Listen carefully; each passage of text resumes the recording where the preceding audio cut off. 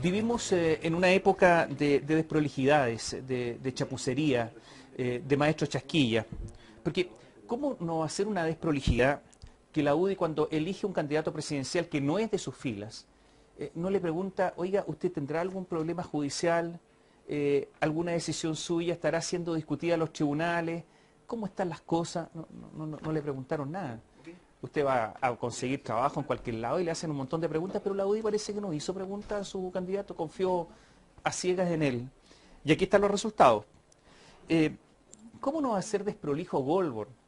Que le preguntan, bueno, ¿y usted cuando estaba gerenteando en la gerencia de Cencosud le subió unilateralmente los cobros, lo que se llama el costo de mantención de las tarjetas a la gente? Y resulta que él se olvidó que fue el superintendente de la época, nombrado por Michelle Bachelet, que dependía del ministro de Hacienda de la época, Andrés Velasco, quien autorizó todo esto.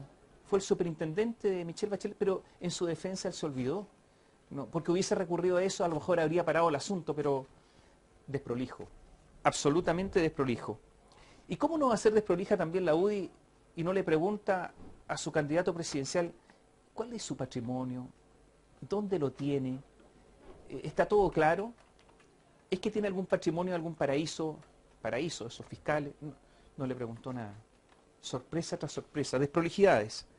¿Y cómo no va a ser desprolijo que hay una acusación constitucional en el hecho de que la parte petitoria, la parte importante, porque ahí está lo que se pide, que se destituya un ministro, la acusación constitucional contra Harald Beyer, nadie se hubiese dado cuenta. Los redactores, unos chapuceros, dicen que eran abogados recién recibidos, para pagarles poco los contratan recién recibidos en las bancadas de la concertación. Los parlamentarios que revisaron esto tampoco leyeron bien el asunto. Los abogados, el abogado defensor es famoso, famosísimo. Resulta que también se le fue. A todos se les fue. Y resulta que después, como a todos se les había ido, dicen que da lo mismo, que no importa, que si la parte petitoria está mala y que se refiere al ministro del Interior y no al ministro de Educación, da lo mismo. Si usted presenta una demanda así ante un juzgado de policía local, el más modesto de los tribunales, un juzgado de policía local, le van a rechazar la demanda, pero aquí no, porque da lo mismo. Así están las cosas.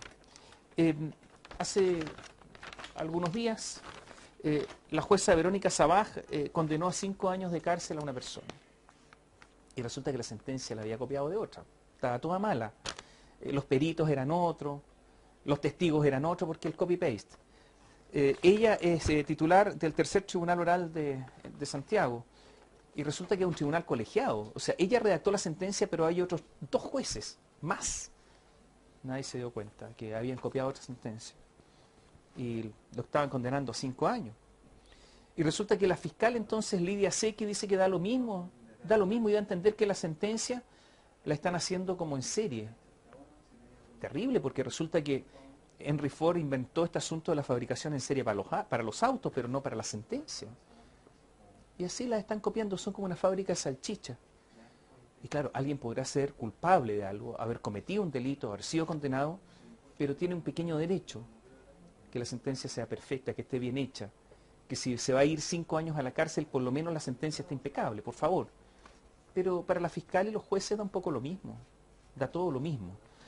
La sentencia siempre va a ser algo único, porque se refiere a un caso particular. ¿Para qué hablar del INE? ¿Sabe que nos dijeron que este iba a ser el censo, pero el mejor de toda la historia, con normas OCDE, porque estamos ahí, ¿eh? Ya no iba a durar un día, ya no se iba a hacer con personas voluntarias, sino con gente pagada. Duró un montón de días, un montón de tiempo. Y resulta que el resultado es que ahora no sabemos cuántos chilenos somos, no tenemos idea. No sabemos. Hay que hacer otro censo, porque con el que hay no sabemos. Y como no sabemos cuántos chilenos somos, no sabemos cuánto es el ingreso per cápita. Y como no sabemos cuánto es el ingreso per cápita, para los economistas no sabemos cuándo vamos a llegar al desarrollo, por ejemplo. Así están las cosas. Y resulta que el INE también se equivocó en el IPC. No sabemos cuánto es el IPC. Y se está discutiendo el salario mínimo y este acuerdo de IPC, no sabemos. Y las negociaciones colectivas, no se sabe. Dice el director que se fue, el señor Lavé, que podía haber una diferencia de 0,4. Es harto.